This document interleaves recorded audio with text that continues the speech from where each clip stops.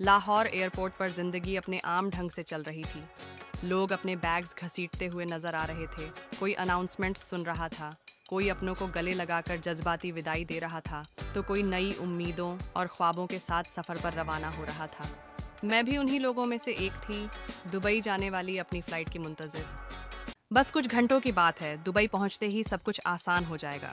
नए मौके, नई जिंदगी, या शायद कोई नया इम्तिहान।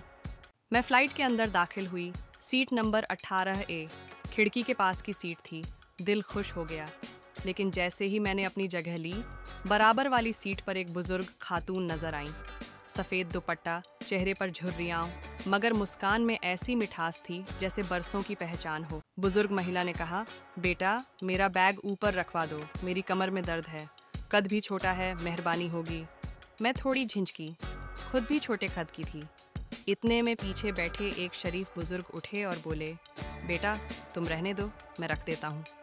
उन्होंने सामान ऊपर रखा और फिर अपनी सीट पर बैठ गए।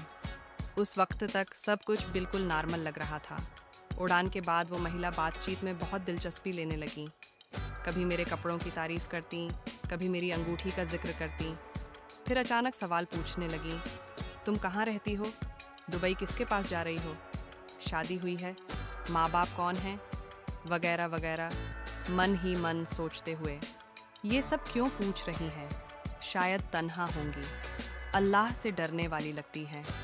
वक्त बीतता जा रहा था, बातचीत चलती रही, लेकिन मैंने गौर किया कि वो मेरे हर जवाब को बहुत ध्यान से सुन रही थीं, जैसे कुछ रिकॉर्ड कर रही हों। अचानक पायलट की आवाज़ गूंजी, पायलट, हम दुबई एयरपोर्ट पर लैंड कर रहे हैं, कृपया अपनी सीट बेल्ट बांध लें। बस फिर तो मंजर ही बदल गया। वो औरत कराहने लगी, अपना पेट पकड़कर बोली, महिला, उफ बेटा, मेरा पेट, बहुत दर्द हो रहा है, मैं संभल नहीं रही।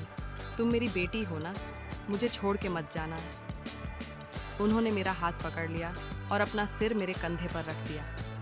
आसपास के मुसाफिर हमदर्दी भरी निगाहों से हमें देखने लगे। कोई कुछ कहता, उससे पहले ही वो ऊंची आवाज़ में बोल उठी, महिला, ये मेरी बेटी है, मुझे अकेला मत छोड़ना प्लीज़। उसी पल वही बुजुर्ग जो पीछे बैठे थे आगे झुके और धीरे से बोले, बुजुर्ग, बेटा फ़ौरन एयर होस्टेस को बता दो कि तुम इस औरत को नहीं जानती, ये सब एक चाल लगती है। अभी वक्त है, अपनी हिफाजत खुद करो। दिल ज़ोर ज़ोर से धड़कने लगा। मैंने फ़ौरन एयर होस्टेस को बुलाया और सच बता दिया कि हम सिर्फ फ़्लाइट में साथ बैठे थे, इससे पहले कभी मुलाकात नहीं हुई। जहाज़ ज़मीन पर उतर चुका था। मुसाफिर उठने लगे। वो औरत रोने लगी, हाथ जोड़कर गिड़गिड़ाने लगी। महिला की गिड़गिड़ाहट, बेटा कम से कम मेरा पर्स तो थाम लो, मुझे सहारे की ज़रूरत है, मुझे छोड़ के मत जा। वही बुज़ुर्ग मुझे एक आखिरी बार इशारे से बोले, नहीं। मैंने दिल पर पत्थर रखा और कहा, माफ़ कीजिए अम्मा जी, अल्लाह आपका हाफिज़। अपना सामान लेते हुए मैंने देखा कि वो औरत खाली हाथ, बिना व्हील चेयर के, तेज़ी से एग्ज़िट की तरफ जा रही थी। इतने में सिक्योरिटी ने उसे रोक लिया। फिर अचानक चारों तरफ खबरें गूंजने लगीं, इसके बैग और पर्स से खतरनाक ड्रग्स बरामद हुई हैं। मेरी दुनिया जैसे थम सी गई।